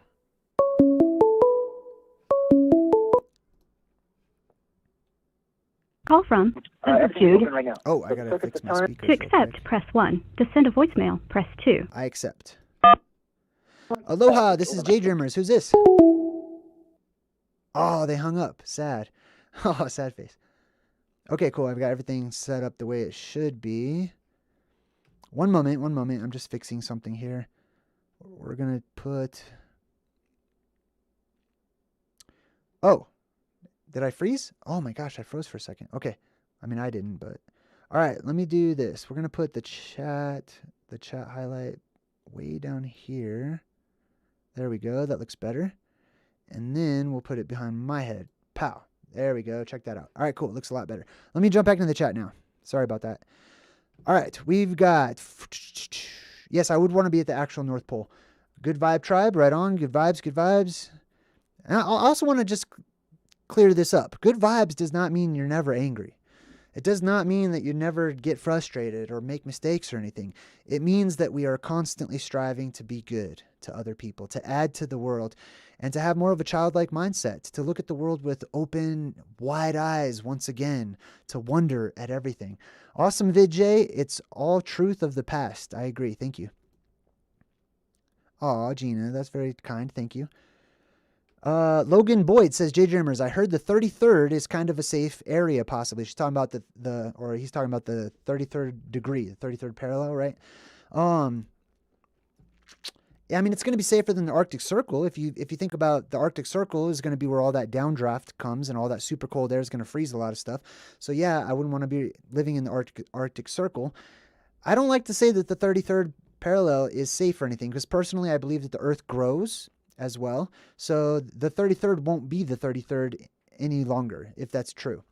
That's where I'm located. Love to hear what you think. Now, there's a lot of evidence for it being safer and safer areas. There are safer areas, but I don't like to say that one place is a safe bet. Like I said, you could just be lucky and survive, or unlucky and not survive. So I don't want to promote some form of like false hope that people just think they're going to live through everything because they live on the 33rd parallel or whatever. Okay, let's see. We got Michael Marcello who says, it's a great gift that consumes a lot of your time, Jay. I'm grateful that you share your work. Thank you. Thank you. That means a lot to me. Because believe it or not, my work doesn't involve just the hour or two that I hang out with all of you. I'm all day long on the computer. either researching, working on my website, adding little nuances to things, changing and updating things in the background, so that people can find my videos, and writing descriptions. And there's a lot of work that goes into it. So I really appreciate that you guys recognize that. We also have Isa, who says, JayDreamerZ, can stone statues, for example, the Statue of Liberty, become plasma possessed? I believe everything can become plasma possessed, and many things will be. Yes, for sure. Now, does that mean that the Statue of Liberty will come alive and walk around like in Ghostbusters Part 2? No, it does not mean that. Is it possible? Yes, it is. But I tend to believe that when an object is possessed, when an inanimate object, excuse me, one second. Gosh, all this coffee. When an inanimate object is possessed, that it must abide by the laws of the vessel that it lives in. So, for example, I've got a little giraffe teddy bear, my son's here. If this becomes possessed, right? If it's filled with spirit and it lives inside of this, does that mean it can all of a sudden just bend its little arms and legs and whatnot? Maybe, possibly, but it's more inclined to have that freedom of movement if it has the mechanics to do so, like a robot, right? So if this had mechanical parts that allowed it to move and stuff, it may be able to. It also may be able to because if it is electrically energized, and the plasma is trapped within, that plasma as spirit may be able to animate it as well. I'm not totally sure, but right now I'm leaning more towards it has to have the mechanics to move in order to move. And from what I understand of the Statue of Liberty, she does not. All right, let's see here. It went to voicemail. Oh, what? Is it on? Do not disturb. Yeah, you could call in if you want to call in. The phone lines are open. All right. I think they are. Do not disturb. Yes. Yeah, the phone lines are open. It should be good. All right, next comment in the chat. We got Isa who says, nope, that was somebody else. Okay, I'm going to come back to the chat in a second. We got a caller. Hopefully. Call from. This is Jude. Oh, I couldn't hear who it To is. accept, press 1. To send a voicemail. Aloha, this is JayDreamerZ. Who's this? All right, next comment. Jay, it's Jude. Isa, who Hey, says, Jude, what's up? Turn the volume down in the background for me, okay? Please and thank you. Absolutely. Okay. Hey, Jude. Hi. How's it going? Hey, Jude. It's going real good, Jay. It's so great to talk to you. We were just talking about the good vibes that everybody has in the chat, and that to raise our, clean up our aura and to be better people. And then you also talk about the truth in movies, right? Right. And so I was thinking about, you mentioned Ghostbusters, and everybody gave love to the plasma, right? And something happened with the energy that people gave the plasma. Also in the movie Elf, where everybody in the park, when Santa's sleigh broke down, and everybody sang, and it was able to get Santa out of there. I guess I'm talking about the Schumann resonance. And then also my last one for you, Jay, which is kind of funny. It's the new Bill and Ted's Excellent Adventure, and they were tasked with writing a song that would change the world. Yes, thank you. Right, and so I'm just curious about the Schumann resonance and raising our vibe and the energy and stuff. If there's any way to, if humanity got together and we're able to, I don't know, raise that love vibe all in one. I do. I don't know. Could we not stop Can the we plasma postpone the apocalypse by being kind, basically? Maybe maybe not as bad, make it not as detrimental. I don't know. Yes. Here's a thought. Yes, absolutely. We are capable of doing anything. And everything that's happening around us is a reflection of what's happening inside of us, not just individually, but collectively. So yes, collectively, if we change the vibration of the world, we can take matters into our own hands. We can create, we can change things. And this is where I start. This is my first step. Oh, that's beautiful. And also, I also want to throw this out there too. Sorry to interrupt you, but as far as survival goes, hugging is also key. I don't know if I mentioned that last time, but when you hug someone, you create an electrical circuit, right? That electricity is free to go throughout the both of you. So oftentimes in the movies, you see people are like hugging or embracing or touching during the apocalypse, and they end up surviving. Oh, wow. Yeah. You also see a lot of people in stone that are embracing. Like, well, it's not the Yeah, that's apocalypse. true. That's true. Yeah, It's like not a they die in guarantee. that position. Yeah. Wow.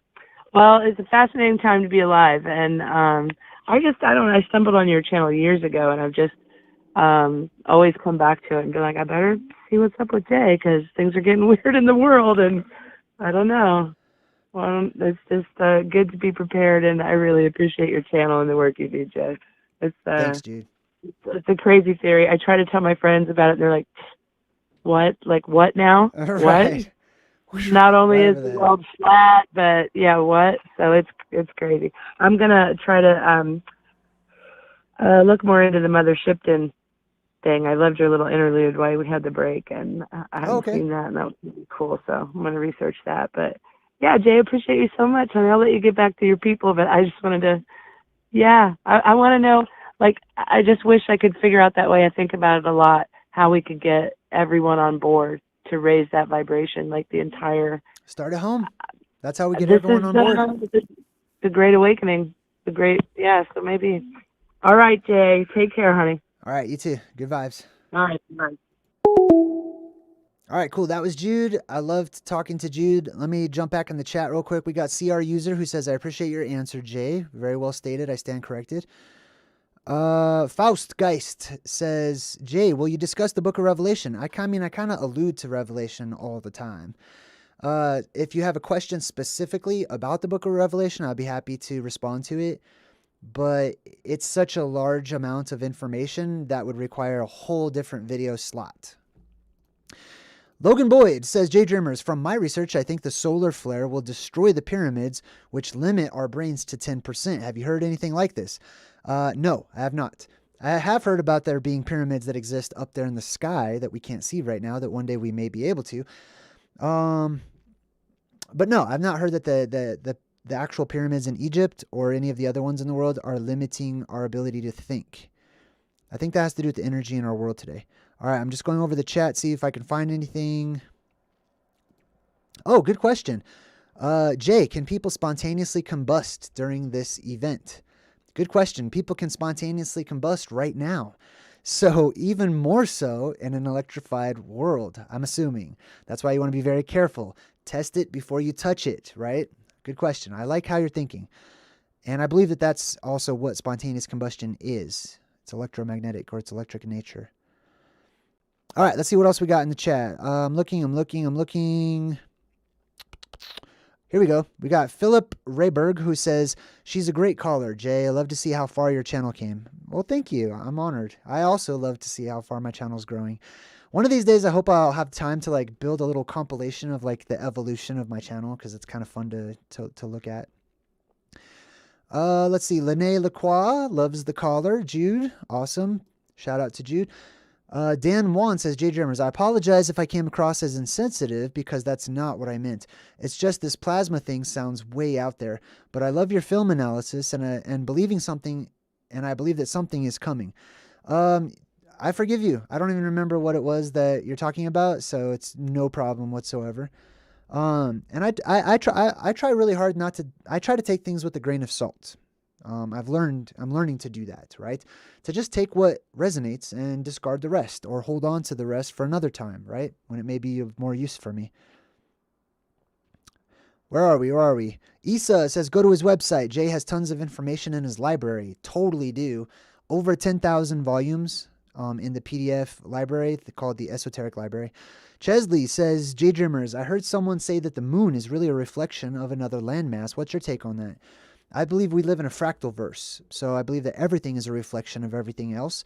And I'm not just saying that to skirt the question. I definitely believe that when we look up and we see the moon, we can see ourselves. Now, what part of the moon are we, if it's actually reflecting us and whatnot, I'm not sure. I don't want to just sign up and say that, yeah, the whole entire moon is a reflection of the Earth, or that a crater on the moon is a reflection of our realm or whatnot. It may be that the moon is a reflection of the very dome itself above us, or the reflection of our sister world across from us, possibly. But yes, it's all fractal, and it tends to reflect one another. All right, where else were we? Anything else in the chat? Was that it? Oh, did I turn off the phone lines? No, the phone lines are still on. If you guys want to call in, you can. All right, let's see. What else do we got? Jude sending a bunch of love. Thanks again, Jude.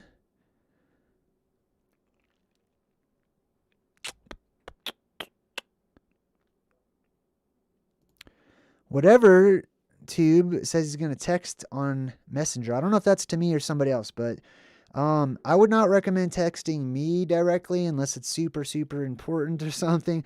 I have a lot of messages that I've ignored. If you want to reach out to me, the best guaranteed way is to either sign up on level 3 of being a member here on YouTube. I guarantee I answer everybody's comments and respond to everybody's comments who supports my work at level 3 or above. And my website, you can literally just send me a chat, send me a message on the website. Once you're a member and you go to one of the member pages, there's a little chat on the bottom right-hand corner. You can directly message myself or any of the other members so you guys can collaborate and talk. Elizabeth High says, JayDreamerZ, do you think that it will be harder or easier to make a fire after the apocalypse? I believe it will be more difficult, basically. With the influx of oxygen and the new mix of chemicals in the air, maybe it'll be easier, or maybe we won't need it. I don't think we're going to need fire in the post-apocalyptic world as much as we do now, because it'll be much warmer. You know, people will be able to not have to wear all this clothing and stuff like that. They won't need fires to keep warm. There won't be seasons. There won't be a rush of cold coming in. There won't be a point of focus swirling about in the sky every day, and then night comes and it gets cold and stuff like that. It's not going to happen. I mean, eventually it will happen all over again. Candy Jones put up the website. Boom. Thank you. Super appreciate it. Let's see. We got Deborah Joy, who says, not everyone is alone. My hubby and I both love Jay and are fully on board together. It's possible. Keep hope. Thank you. Thank you. Jason Enriquez says, JayDreamerZ, check out Ewaron's work on flat earth lost history. I already have. Thank you. I super appreciate it. Some others might not have, though, so thanks for letting them know. Lou says to join the website. If you want to, you can. Jay's all confused. Yes, I was super confused. Excuse me. Okay, what else? What do you guys got? I need to talk to somebody. So call in or talk to me in the chat. I just don't want to feel weird and sit here all quiet. That's when I wrap things up. Oh, man. All right. So, yeah, that's surviving. So my number one tip, the one thing I hope everyone gets out of this is be good. Please be good. Be kind. Add to the world, right? If you need to take a little and leave a little more in its place, right? Take a little bit and leave a little bit. If you need more, take more. Take what you need. But give. Be kind. Add to the world. Paint the world. We're creators. We are the dreamers of dreams. How does Willy Wonka say it? Oh, we got another call. Sweet. All right. I was just rambling. Oops. Oh, no. They hung up. Oh, sad. I don't know what happened. Maybe I'm having technical difficulties. Oh, sweet. They called back. Call from. It's Lou. Lou. Accept, What's up, press Lou? 1. All right, To send a voice. Hey, what's up, Lou? Lou's on the website, Hey, what's everybody. up? He's chatting to me on the website lately. Yep. Shoot, I'm trying to even think about things to call and talk about. I've been working on my Emerald notebooks and trying to just go through all the cold weather gear I got and figure out what I need to get. I think buying snowshoes would probably be a good call, but For going to the North Pole? I think. Oh yeah. Oh yep. Good idea. Yep. That's the next thing that I'm going to be looking into survival-wise is how to survive the freezing cold temperatures. Because there's a lot to learn. There's a whole lot to learn. Yep. Got to have the right gear for it. We're gonna have to have like plenty of supplies. I imagine tents, space heaters, stuff like that. A lot of things I haven't really fully even thought through myself yet because I gotta even get to the point where I can do that. Gotta work on selling a house and stuff to be able to get that, and just trying to avoid. Yeah, you get how it is with like the kid situation, and whatnot. Just try to avoid or enjoy your time with them while you can until you go on the trip and all that. Yes, I do. And speaking of making a trip, going to the North Pole and doing these types of expeditions, let's talk about that. When I end up doing it, it's not going to be like, hey everyone, I've organized a 7-night stay at a luxury hotel, and we've got this and that. It's going to have to be organized. It will be survival. It will truly be life or death situations, adventure, traveling into the unknown, lots of preparation. We'll also have to come up with plans for things financially so that we can afford to have the things we desperately need to have in order to make it easier and quicker to get up there. I personally don't want to take, months and months and months just walking to the North Pole. If I can fly straight there, sweet. If I can take a boat, I hear you. My initial plan was pretty much literally just drive my truck and just saying F it and just walking, but that's like mountain man me. But but yeah, definitely like got to make the plans for it. I'm glad that I am actually like got my retirement pay from the military coming in. So aside from child support and alimony, I just need to kind of get rid of a house and I'll be pretty much debt free. So I'll be able to handle that kind of stuff. But probably need to look at finding somebody that's got a boat that we can take with, people with the right kind of skills, people good with, cooking, all that kind of stuff. Yeah, luxury hotels and stuff is not really the right call. And no, frankly, it'd probably not be a good call to bring somebody with that is thinking that's going to be, Yeah. People are going to have to be in good physical condition. There's going to be tons of liabilities with all that kind of things, medical conditions, all that kind of stuff. All stuff that I'll be looking into as well. Damn, I forgot what I was going to say. But basically, I want to put together a small team of people to go there. Oh, that's right. I remember. I don't want to just go all in one shot. If I can, great. If that's what happens, great. If we find the lost city of Atlantis or something on the way there and we just decide this is a way better place, I'm staying here, great. That's fine too. But if for some reason something happens or situations pop up that prevent the first expedition from going, we go with the knowledge, knowing like, hey, this is the first trial. If we need to come back, we can. We can always go and make more expeditions. Some people might decide that it's not for them at that point. They would drop off, and then we would get some new recruits or whatever. And every time that we make that trip, we're trailblazing for other people who might not be a part of our group, but we can share the information with them. We can share the experience with them. Yeah, we'll have to start making sure, you get proper like communication going with other people, everything else, so that we can ultimately, get together, work on stuff. I'm more than willing to try to help people with like dietary things, health and fitness regimens, stuff like that, if they're interested. Like I said, people on the website, I'm on the website there. I try to like post a few things here and there, just whatever I can think of at the moment. But anybody else interested in that kind of stuff, feel free to hit me up on the website. Lou Key, you've seen it on the screen in the chat enough, but all right, Lou. Well, hey, thanks for calling in again. I'm going to jump back into the chat here and answer some of these questions. Awesome. Later, buddy. All right, later, Lou.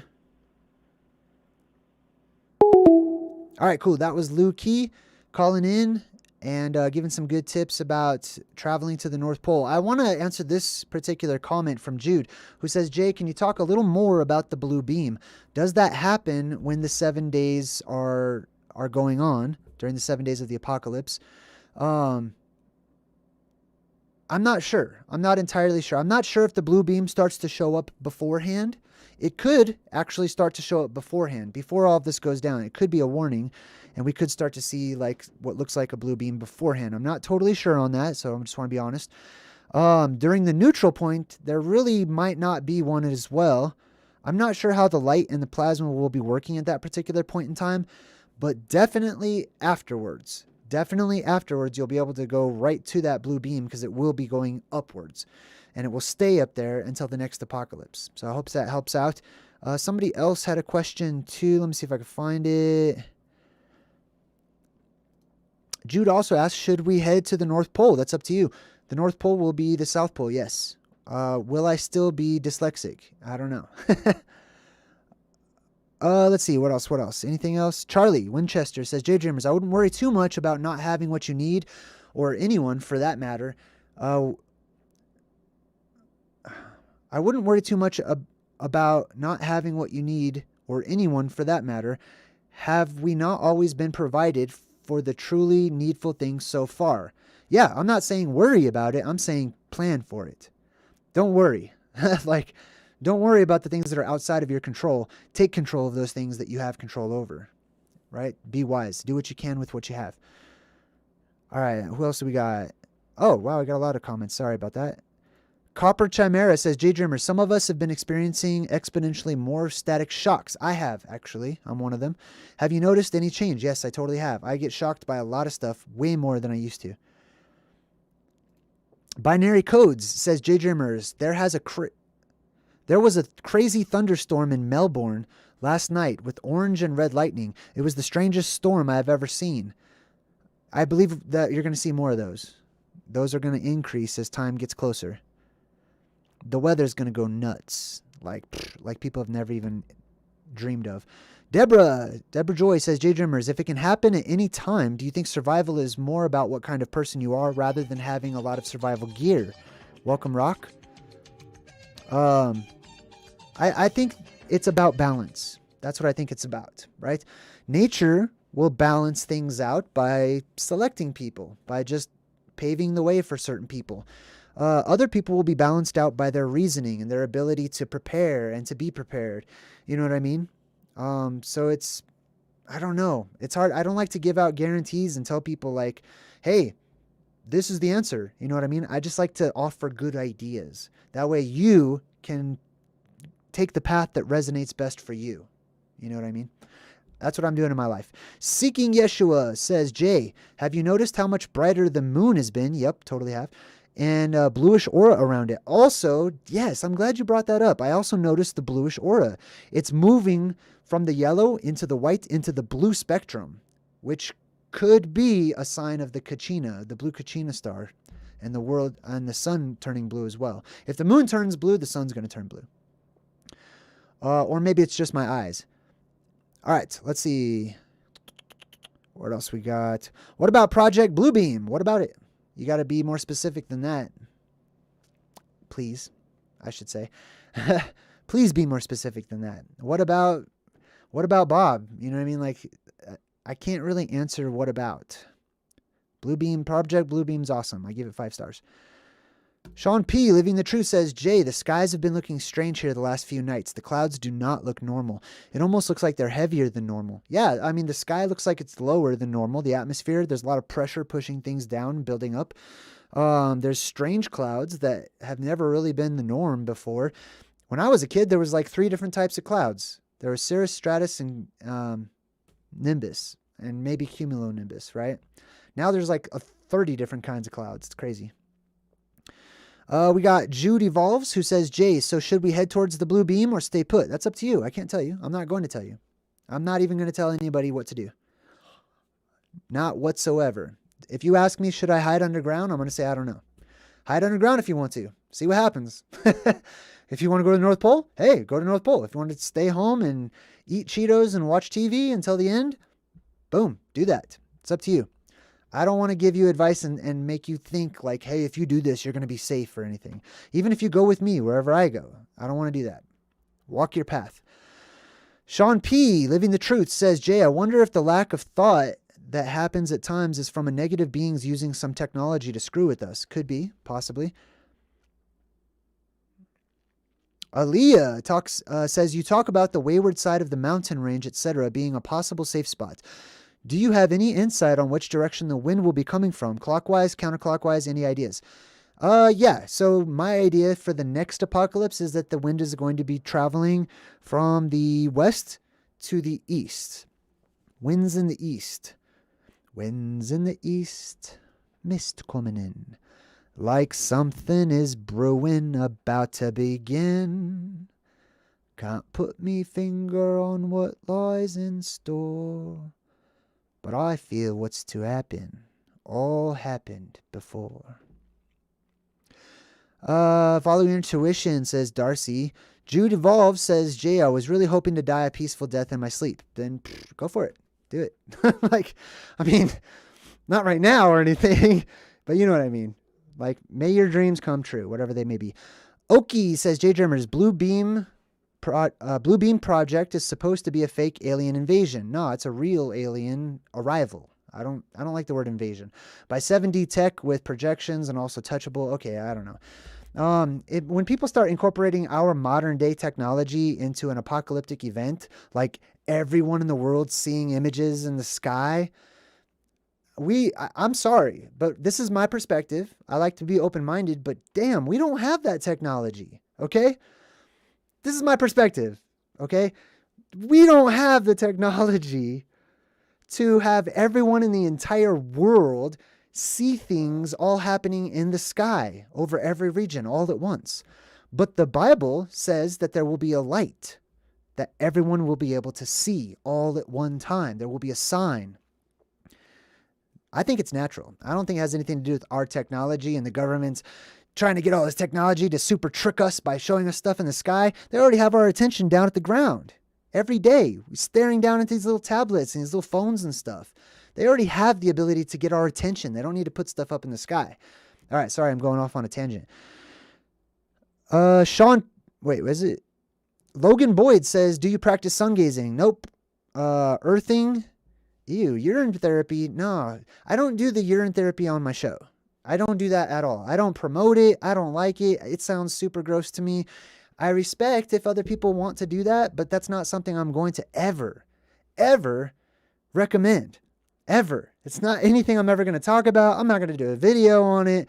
So please keep that on those other channels where they talk about that stuff. I'm not into that. Earthing and grounding yourself, yes, I'm totally into that. Drinking pee, not at all a hobby of mine. Okay. I have ideas about that. Like, hey, if that's the way it were meant to be, then certain body parts would be closer to other body parts, or things would work a bit differently. So no, I'm not into it. I'm not interested in it. And there's other ways for me to get by. So I'm good. Sean P says, Jay, I hope for the best and prepare for the worst. Good. Darren Neroy says, Jay, how much time do you think we have left before the world has massive changes, including man-made ones? None. Zero. It's doing it right now. We need to wake up and snap out of it. This is all happening as we speak. Everyone's waiting for some huge flash of lights to change everything. It is already changing. It's already happening. It's already underway. Wow, I just had a blast of cold air come from my window. All right, a couple more comments and we're going to wrap things up. Anthony Michael Kerr says, Jay, love is the answer to everything, but we need to prepare spiritual and physical and mentally. I mean, do we need to, though? What do we really need to do beyond experience anything? I just want to play the devil's advocate. I hear you, but it's all in the way that we describe things, right? Some people don't need to do that. Some people need to just sit on the couch and eat Cheetos until the very end. And I respect that. Do what you will. Do what you like to do. People like myself need to go to the holy mountain and be protected and be close to the blue beam and prepare for being leaders in a new world, I guess. I don't know. I have full faith in God and love will help me. I do agree with that. And I totally do. Bless you on your journey. Who else we got? Why is everyone laughing? What did I say? I don't even know what I said that was funny. Oh, the urine therapy thing. Yeah, I'm not into that. Jay, just wanted to say I appreciate all the knowledge and wisdom. Share wouldn't be where I'm at on my truth-seeking path without your guidance. Wow. Well, it's truly an honor. Thank you. And hey, bless you on the way, man. Bless you on the way. Good luck to you. All right, last one. We got Jay. Will we be able to manifest things faster after the apocalypse? I believe so. All right, sweet. I think that was a good show for surviving. We got a lot of good tips. If you're watching in the future, all you future people out there, this is cool that it's a conduit from the past to the future. I like that. Hello, future me, if I'm watching. Please leave some comments. If you're the type to share, that's awesome. I don't ever ask it, but it's cool to know that people get that much value from what I share that they want to share it with other people. So that's awesome. All right, I'm going to go ahead and wrap things up for now. And I'm going to go work on my website for a bit. So until next time, I'm JayDreamerZ saying good vibes and goodbye. I'll try so hard to fade away.